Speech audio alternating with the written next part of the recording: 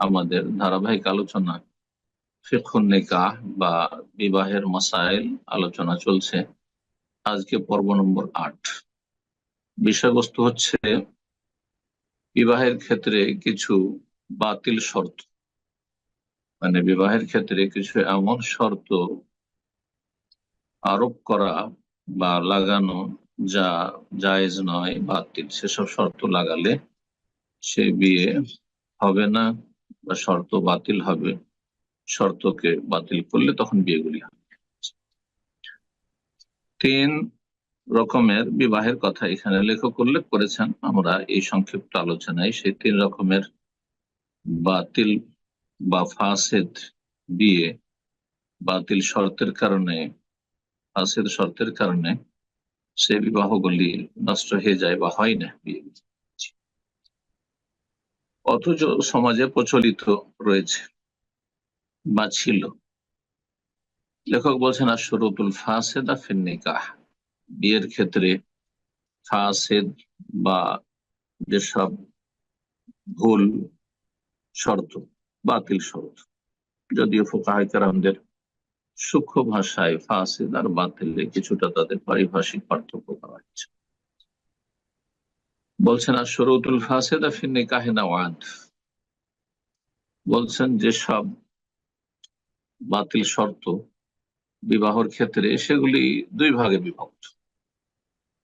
একরকম হচ্ছে শুরুতুন ফাসিদা তুবতিলুল আকদ, এমন কিছু বাতিল শর্ত যার কারণে বিবাহ বন্ধন বাতিল হয়ে যায়, মানে বিয়েগুলি হবেই না, বিয়ে হবে না। আর কিছু শর্ত রয়েছে যেই শর্তগুলি ভুল শর্ত, ফাসেদ শর্ত, কিন্তু তাতে বিয়ে বাতিল হবে না, তবে সে শর্তগুলি কোনো গুরুত্ব থাকবে না। সে আলোচনা ইনশাআল্লাহ সামনের সপ্তাহে আসবে। তো আজকে আমরা প্রথম বিষয়টিতে আলোচনা করব, এমন কিছু বাতিল শর্ত বিবাহের ক্ষেত্রে যা বিবাহ বন্ধনকে বা বিয়েকে নষ্ট করে দেয়। 3 প্রকারের বিয়ে। 1 নম্বর হচ্ছে নেকাহুশ শিগার, শিগারের বিবাহ। এই শিগার শব্দটি যেহেতু রাসূলুল্লাহ সাল্লাল্লাহু আলাইহি ওয়াসাল্লামের হাদিসে রয়েছে, সেজন্য এই বিয়ের নামই হচ্ছে নেকাহে শিগার। এই বিয়ের সংজ্ঞা কি? এই বিয়ের সংজ্ঞা সম্পর্কে বলছেন লেখক, বা হাদিসও এসেছে, যে হুয়া আন ইউযাওওয়াজুর রাজুল ইবনাতাহু আও উখতাহু আও গায়রাহুমা মিম্মান লাহুল ওয়ালায়া আলাইহা আলা ইউযাওওয়াজাহুল আখারু ইবনাতাহু আও উখতাহু ওয়া নাহওয়া যালিক। কোন ব্যক্তি তার মেয়ের অথবা তার বোনের, কারণ সাধারণত মানুষ নিজ মেয়ের অথবা বোনের অভিভাবক হয়ে থাকে, কিন্তু এছাড়াও যদি অন্য কোনো মহিলা, ফুফু হোক অথবা ভাতিজি হোক, এমন কেউ যার অলি, এমন কেউ, এমন কোন মেয়ে যার সেই ব্যক্তি অভিভাবক, মিম্মাল্লাহুল ওয়ালায়াতু আলাইহা, এমন নারী, এমন মেয়ে যার উপর তার অভিভাবকত্ব রয়েছে, সে অভিভাবক হয়ে রয়েছে, বিয়ে দেবে, কিন্তু একটি শর্ত লাগিয়ে। যার সাথে বিয়ে দিচ্ছে তার সাথে শর্ত লাগানো হচ্ছে যে ইউযাওয়াজুল আখার, অপর ব্যক্তি তার সাথে বিয়ে দিবে তার মেয়ের, তার আগের স্ত্রীর কন্যা সন্তান রয়েছে, সে মেয়ে তাকে দেবে। আমার মেয়ে তোমাকে দেবো, তোমার মেয়ে আমাকে দেবে, এইভাবে। অথবা আমার বোন তোমাকে দেবো, তুমি বিয়ে করবে, কিন্তু শর্ত হচ্ছে যে তোমার বোন আমার সাথে বিয়ে দিতে হবে। এই ধরনের শর্ত লাগানো। অদল বদল বিয়ে, বোন দেব, বোন নেব তোমার, অথবা মেয়ে দেব, তোমার মেয়ে নেব, এইরকম শর্ত লাগিয়ে যদি কেউ বিয়ে বসে, ওয়াহাদান নিকাহু ফাসিদ, এই বিয়ে হচ্ছে নষ্ট, বাতিল। ও মুহাররাম, এবং হারাম। জি, বাতিল ফাসিদ এই জন্য যে এই বিয়ে হারাম। আচ্ছা, এই যে সংজ্ঞা বর্ণনা করা হলো, তাতে মোহরের কথা কিন্তু বলা হয়নি। তার মানে সেগার 2 রকমের হয়ে থাকে। এক হয়ে থাকে যে আমি, কোন ব্যক্তি আরেক ব্যক্তিকে বলছে যে আমি আমার মেয়ের তোমার সাথে বিয়ে দেব, শর্ত হচ্ছে তোমার মেয়ে আমার সাথে বিয়ে দেবে, আর উভয়ের মাঝে কোনো মোহর থাকবে না। কারণ আমাকে মোহর দিতে হয়তো তোমার মেয়ে বিয়ে করার জন্য, তোমাকে মোহর দিতে আমার মেয়ে বিয়ে করার জন্য, তো যাক, আর মোহর দেওয়া দায়ী করতে হবে না, এমন কথা যদি থাকে তাহলে এটি আরো শক্ত হারাম। দুটি হারাম, কিন্তু এই এই বিষয়ে সমস্ত আইম্মা কেরাম একমত রয়েছে। আর একটা অবস্থা হচ্ছে যে শর্ত লাগাবে যে আমি আমার মেয়ে তোমার সাথে বিয়ে দেবো, আমার বোন তোমার সাথে বিয়ে দেবো, তোমার বোন বা তোমার মেয়ে আমার সাথে বিয়ে দেবে, কিন্তু তাদের মোহর নির্ধারণ হবে, তাদের মোহর নির্ধারণ হবে, এমন নয় যে মোহর দেওয়া হবে না, মোহর দেওয়া হবে, তবুও না জায়েজ অধিকাংশ আইম্মায়ে কেরামদের নিকটে। আর এটি হচ্ছে সহি। আগের অবস্থা হারাম এই জন্য যে তাতে পুরোপুরি মেয়েদের হক নষ্ট করা হলো। আহ, মোহর নেই, তার মোহর যে তার ন্যায্য অধিকার, সে মোহর সে পেল না, কারণ শর্ত লাগিয়ে বিয়ে করলো যে আমি মোহর দেব না, তোমার মেয়েকে বিয়ে করার ক্ষেত্রে বা তোমার বোনকে বিয়ে করার ক্ষেত্রে তুমি আমার মেয়ে বা বোন বিয়ে করার ক্ষেত্রে মোহর দিতে হবে। তাহলে এখানে ক্ষতিগ্রস্ত কে? ক্ষতিগ্রস্ত সে মেয়ে দুটো, সেজন্য হারাম সমস্ত ওলামায়ে কেরামদের কাছে।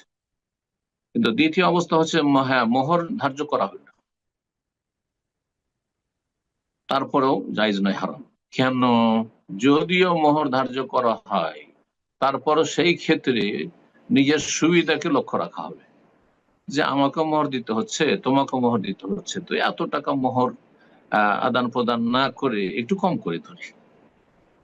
সেখানে সমাজে হয়তো মোহর রয়েছে 1 লাখ টাকা, 2 লাখ টাকার নগদ, আর নগদ মোহরই সুন্নত, বা 5 লাখ টাকা, কিন্তু চলো তুমি 10,000 20,000 দিয়ে দিবে, আমি 10-20 হাজার দিয়ে দেবো, বা আমি 50,000 তুমি 50,000। এখানে যে এই মেয়েদের, হ্যাঁ, মোহরের পরিমাণ কম করা হলো নিজের স্বার্থে, এই দুই অভিভাবক, হ্যাঁ, নিজের স্বার্থে মেয়েদের মোহরের ন্যায্য অধিকারকে নষ্ট করল, পূর্ণ মোহর তাদের পাওয়ার সুযোগ দিল না, সেই জন্য হারাম এই বিয়ে। এইরকম বিয়ে যদি কেউ করে, হাজার নেকাহ, যদি এই ধরনের বিয়ে হয় কোথাও, আমাদের দেশে বিয়ে হচ্ছে, এক পরিবারের একটি মেয়ে নিয়ে গেল, আর সেই পরিবারে যেখান থেকে মেয়ে নিয়ে গেল সেই ঘরের মেয়ে একটিকে নিয়ে গেল, কিন্তু শর্ত লাগিয়ে যেন না হয় বিয়ে, কেউ নিজের বোনের বিয়ে দিয়েছিল কারোর সাথে, আর তারপরে তার এক বোন আছে, তার বোনকে সে বিয়ে করলো, অথবা তার এক ভাই বিয়ে করলো, এসব আমাদের দেশে হয়ে থাকে। কিন্তু মোহর আপন জায়গায় থাকে না, যে অধিকার যেটা, তাতে কোনো রকমের নয় ছয় করা হয় না, এবং এইরকম শর্ত লাগানো হয় না। যদি শর্ত লাগানো হয় যে না হলে দেবো না, তুমি যদি না দাও, বা তোমরা যদি না দাও তোমাদের মেয়ে বা তোমাদের বোন, তো আমরা দেবো না, তাহলে জায়েজ নয়। যদি এই ধরনের বিয়ে কোথাও সংঘটিত হয়, তাহলে এই বিয়ে হয়নি, সুতরাং এই আকদের বিবাহ বন্ধনে নবায়ন করতে হয়। ফাআলা কুল্লি ওয়াহিদিন তাজদীদুল আকদ,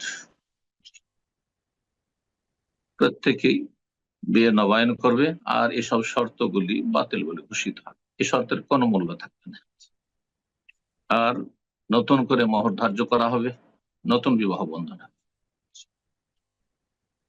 এই মর্মে রাসূলুল্লাহ সাল্লাল্লাহু আলাইহি ওয়াসাল্লামের হাদিস রয়েছে, আব্দুল্লাহ বিন ওমর রাদিয়াল্লাহু তাআলা আনহু বর্ণনা করেন, বলছেন আন্না রাসূলুল্লাহ সাল্লাল্লাহু আলাইহি ওয়াসাল্লাম নাহা আনিশ শিগারি, রাসূলুল্লাহ সাল্লাল্লাহু আলাইহি ওয়াসাল্লাম শিগার বিবাহ নিষেধ করেছেন।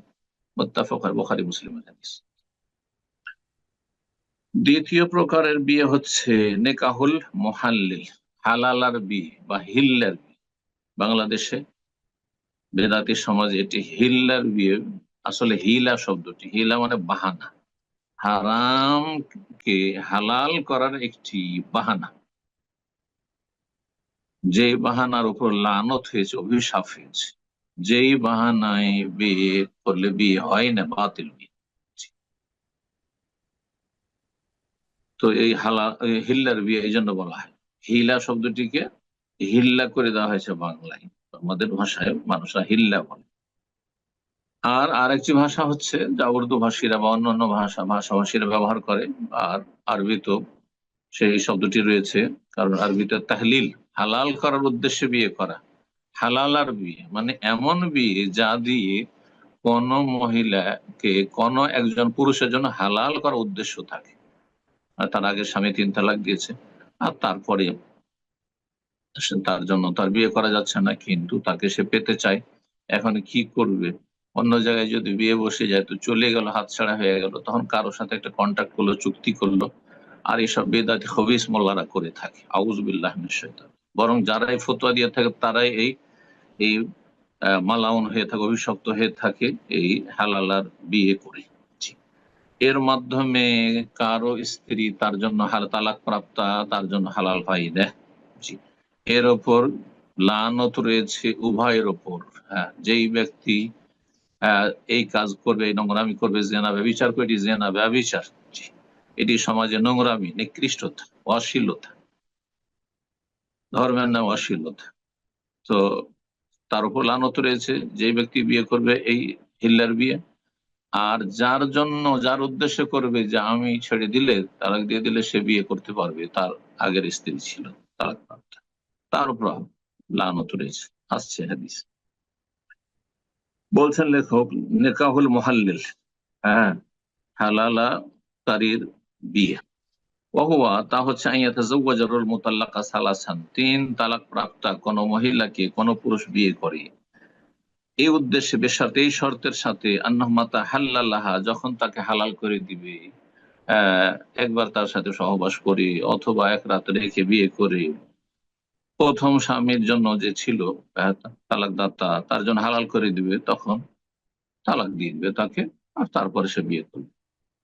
সে হয়তো শর্ত করলো একটি অবস্থা, অথবা শর্ত কোনো করলো না, কিন্তু ভিতর ভিতর নিয়ত আছে যে আমি এই মেয়েটিকে বিয়ে করিনি, যেহেতু তার স্বামীর কাছে তার ফিরে যাওয়ার খুব প্রয়োজন রয়েছে, আর তার স্বামীও চাই, তার পারিবারিক অবস্থা আমি জেনেছি, সুতরাং সে মনে মনে নিয়ত করলো যে আমি একে আসলে সংসার করবো না, একে নিয়ে রাখবো না, এক রাত দু রাতের জন্য বিয়ে করে নিটু, আর তারপরে হালাল করে আমি ছেড়ে দেবো। আও নাওয়াত তাহলিলা বিকালবি, অন্তর থেকে যদি এই হালাল করার নিয়ত করে তো ও হারাম, লানত রয়েছে। তৃতীয় অবস্থা, ইত্তাফাকা আলাইহি ক্বাবলাল আকদি, বিবাহ বন্ধনের আগেই দুইজন আগে চুক্তি করেছে যে ভাই, আমার স্ত্রীকে এরকম তিন তালাক দিয়েছি, আর তারপরে সে আমার জন্য তো হালাল হারাম হয়ে গেছে, আর তাকে আমি বিয়ে করতে পারছি না সরাসরি, আর আমার প্রয়োজন রয়েছে তাকে ছেড়ে আমি থাকতে পারছি না, অথবা আমার ছেলে মেয়ে রয়েছে, প্রয়োজন রয়েছে তাকে ফেরানোর, সুতরাং তুমি আমার এই তালাক প্রাপ্তাকে তুমি বিয়ে করে নিয়ে আমার জন্য হালাল করে দাও। এই তিন অবস্থায়, এই তিন অবস্থাতেই কি রয়েছে, লানত রয়েছে। বলছেন লেখো, হাজার নিকাহ ফাসিদুন ওয়া মুহাররাম, এই বিয়ে হচ্ছে বাতিল এবং হারাম। ওমান ফাআলাহু ফাহুয়া মালউনুন, আর যে কাজ করবে সে হচ্ছে মালাউন। জি। আমাদের দেশের মানুষ কিন্তু মালাউন শব্দটি কাফেরের ক্ষেত্রে ব্যবহার করে থাকে, অভিশপ্ত। এমন মুসলিম, এমন নোংরা মুসলিম, খ্রিস্ট মুসলিম যারা এই হালাল আহিল্লার বিয়ে করে তারা মালাউন, এই কাজ যারা সহযোগিতা করে তারা অভিশপ্ত। দলিল লিকাউলিহি আলাইহিস সালাতু ওয়াসসালাম, নবী সাল্লাল্লাহু আলাইহি ওয়াসাল্লামের বাণী, লানাল্লাহুল মুহাল্লিলা ওয়াল মুহাল্লালা লাহু, আল্লাহ লানত করেছেন হালালাকারীর ওপর, যে হালাল করবে, অর্থাৎ ভাড়াটে পাঠা, যে এই কথাটি আমার নয়, রাসূলুল্লাহ সাল্লাল্লাহু আলাইহি ওয়াসাল্লাম বলেছেন যে তোমরা কি জানো আতাইসুল মুস্তার, ধার করা ভাড়াইটা পাঠা। জি। তো তার উপর লানত রয়েছে, ওয়াল মুহাল্লাল্লাহু, আর যার জন্য এই কাপুরুষ, যার জন্য হালাল করা উদ্দেশ্য, যার কাছে এই নারী ফিরে যেতে চায় আগের স্বামী, তার উপরও লানত করা হয়েছে। হাদিস আবু দাউদে রয়েছে, তিরমিজিতে রয়েছে, হাদিসটি সহিহ। আবু দাউদের 2076 নম্বর হাদিস, আর তিরমিজিতে 1119 নম্বর হাদিস। তৃতীয় বাতিল বিয়ে হচ্ছে নিকাহুল মুতাহ, মুতার বিয়ে, শিয়া রাফিজিদের বিয়ে। এরাও রাসূলুল্লাহ সাল্লাল্লাহু আলাইহি ওয়াসাল্লাম উম্মাহাতুল মুমিনদের শত্রু, সাহাবায়ে কেরামদের শত্রু। জি। এই উম্মতের স্বর্ণ যুগের সবচেয়ে ভালো মানুষদের শত্রু। জি।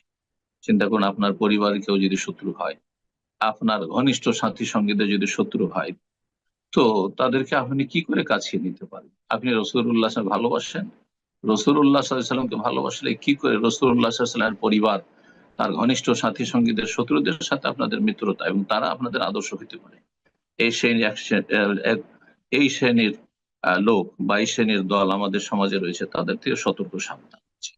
এদের কাছে সঠিক ইসলাম পাবেন না। এরা ইসলামের নামে দুনিয়া হাসিল করছে, এবং দুনিয়া উদ্দেশ্য, যার ফলে এরা সবসময় ক্ষতিগ্রস্ত। মাঝে মধ্যে যদি মাথা চাড়া দিতে দেখেন, তাতে প্রতারিত হবেন। আল্লাহ তাদের অনিষ্ট থেকে রক্ষা করুন। মোতারবি সরাসরি কন্ট্রাক্টের চেনা। জি। তার সংজ্ঞা হচ্ছে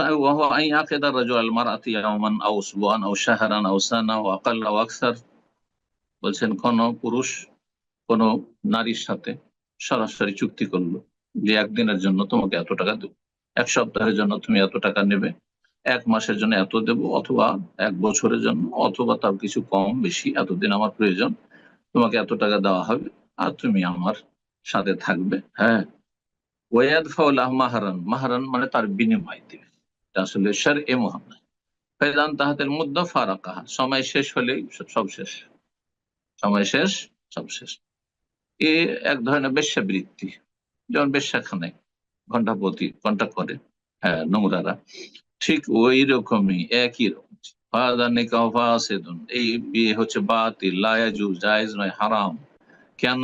এতে নারী ক্ষতিগ্রস্ত, লিআন্নাহু ইয়াদুররু বিল মারআহ, নারীকে ক্ষতিগ্রস্ত করে, ওয়াজআলুহা সিলআতান, এবং নারী মানুষের কাছে পণ্যের মতো হয়ে যায়, পণ্যের মতো। ধান চাল গম এসব যেমন কেনা বেচা হয়, ঠিক ওই রকম হয়ে যায়। তানতাকিলু মিন ইয়াদিন ইলা ইয়াদিন, এক মহিলা একদিনের কাছে আরেকদিনের কাছে আছে, এক মাস 2 মাসের কাছে, এক সপ্তাহের কাছে, কত কত জায়গায় যে ধাক্কা খেলো, আর কেউ তাকে সারা জীবনের জন্য যে আশ্রয় দেবে, তার ভরণ পোষণের দায়িত্ব নেবে, এমন কেউ থাকলো না। ওয়াদুরুবিল আওলাদ, তারপরে যে গর্ভধারণ করবে, ছেলে মেয়েগুলো হবে, সেগুলির প্রতিপালন কে করবে, সেগুলির পরিচর্যা কে করবে, সেগুলির ভরণ পোষণের দায়িত্ব কে নেবে, তারাও ক্ষতিগ্রস্ত হয়েছে। এমন কোন তাদের বাসভবন থাকবে না যেখানে তারা সুখে শান্তিতে বসবাস করতে পারে, তারা বনা ফিহা, সেখানে তাদের প্রতিপালন হতে পারে। উদ্দেশ্য তাহলে এই মোতারবিয়ের হচ্ছে কাদা উৎসাহ, ফাল মাকসুদ বিহি কাদা উৎসাহ, শুধু যৌন চাহিদা পূরণ করা, তাতে প্রজন্ম বাড়ানো উদ্দেশ্য নয়, এবং আগামী প্রজন্মের প্রতিপালন উদ্দেশ্য নয়। এগুলো হচ্ছে সৎ উদ্দেশ্য। মানুষের বিবাহ শাদীর উদ্দেশ্য হচ্ছে যে মানব জাতিকে বৃদ্ধি করবে, প্রজন্ম বাড়াবে, আর তারপরে ছেলে মেয়েগুলো হবে তাদের ইমানি ইসলামী প্রতিপালন করবে, তরবিয়ত করবে, আল্লাহর সাথে তাদেরকে সম্পৃক্ত করবে, আল্লাহর বান্দার সংখ্যা বাড়াবে, এবং নিজেদেরকে গোনা থেকে, স্বামী স্ত্রী নিজেদেরকে পাপ থেকে বাঁচিয়ে রাখবে। এই বিয়ে ইসলামের প্রথম যুগে অল্প সময়ের জন্য হালাল করা হয়েছিল, বিশেষ প্রয়োজনে, কারণ ইসলামের বিধিবিধান একসাথে আসেনি। দীর্ঘ 23 বছরের বিধিবিধান নাজিল হয়েছে মানুষের অবস্থা বুঝে। একসাথে যদি আরব কাফের যারা বিভিন্ন পাপে তারা ডুবেছিল, হঠাৎ করে লাগাম যদি লাগানো হইতো যে মদ হারাম, তাহলে তারা মদ ছাড়তো না, ইসলাম ছেড়ে দিত, মদ ছাড়তো না। হঠাৎ করে যদি তাদের জন্য ওই নারীদের সাথে যে অবাধ মেলামেশার উপর যদি লাগাম লাগানো হইতো, তাহলে তারা নারী আসক্ত হয়ে জেনায় ডুবে থেকে যেত, কিন্তু ইসলামের পরোয়া করতো না, ইমান ইসলাম ত্যাগ করতো, কিন্তু এই আহ, আপনার নারী নারী পুরুষের অবৈধ সম্পর্ক তারা ত্যাগ করতো। যার ফলে ইসলামে বড় হেকমা রয়েছে রব্বুল আলমিনের, যে আস্তে ধীরে লাগাম টেনে ধরা হয়েছে। যারা পাপের জীবন যাপন করতে অভ্যস্ত, তাদেরকে একসাথেই ইসলামের সব কথা বললে হয়তো মেনে নিবে না। এই জন্য আপনাকে এই ক্ষেত্রে দাওয়াইল আল্লাহর ক্ষেত্রে, যদিও ইসলামের সমস্ত বিধিবিধান নাযিল হয়ে গেছে, কিন্তু আপনাকে শাখা প্রশাখাতে প্রথমখানে যেতে হবে না, আপনাকে মৌলিক বিষয়গুলি সম্পর্কে আগে জ্ঞান দিতে হবে। আল আহাম ফাল মুহিম, আগে সবচেয়ে গুরুত্বপূর্ণ বিষয়গুলি, তারপরে গুরুত্বপূর্ণ বিষয়গুলি। তাই লেখক বলছেন ওয়াকাদ ওয়াহিল্লা ফি আউয়াল ইসলাম ফাতরা, ইসলামের প্রথম যুগে অল্প কিছু সময়ের জন্য এই মোতার বিয়ে হালাল করা হয়েছে, সুম্মা হুররিমা আলাল আবাদ, তারপরে চিরতরে হারাম করে দেওয়া আছে। এই মর্মে একটি হাদিস রয়েছে, একাধিক হাদিস রয়েছে মুতার হারাম হওয়া সম্পর্কে। এখানে একটি হাদিস নিয়ে এসেছেন লেখক সহিহ মুসলিমের, সাবরা আল জোহনি রাদিয়াল্লাহু তাআলা আনহু, তিনি বলেন আন্না রাসূলুল্লাহ সাল্লাল্লাহু আলাইহি ওয়াসাল্লাম রাসূলুল্লাহ সাল্লাল্লাহু আলাইহি ওয়াসাল্লাম একবার বললেন, ইয়া আইয়ুহান নাস, হে মানব সকল, ইন্নী কাদ কুনতু আযানতু লাকুম ফিল ইসতিমতাই মিনান নিসা, আমি তোমাদেরকে অনুমতি দিয়েছিলাম নারী সম্ভোগের, অর্থাৎ মোতাবিয়ের। ওয়া ইন্নাল্লাহ কাদ হারামা যালিকা আলা ইয়াউমিল কিয়ামা, কিন্তু এখন আল্লাহ তা হারাম করে দিয়েছেন, মোতার বিয়ে হারাম করে দিয়েছেন, কন্ট্রাক্টের বিয়ে হারাম করে দিয়েছেন কিয়ামত পর্যন্ত। ফামান কানা ইনদাহু মিনহুন্না শাই, সুতরাং মোতার বিয়ের মাধ্যমে কেউ যদি কোনো মেয়েকে নিজের ঘরে রেখে থাকে, তার কাছে থাকে এরকম, ফালি ইউখাল্লি সাবিলাহু, তাহলে তাকে যেন বিদায় করে দেয়, এক্ষুনি বিদায় করে দাও, হারাম।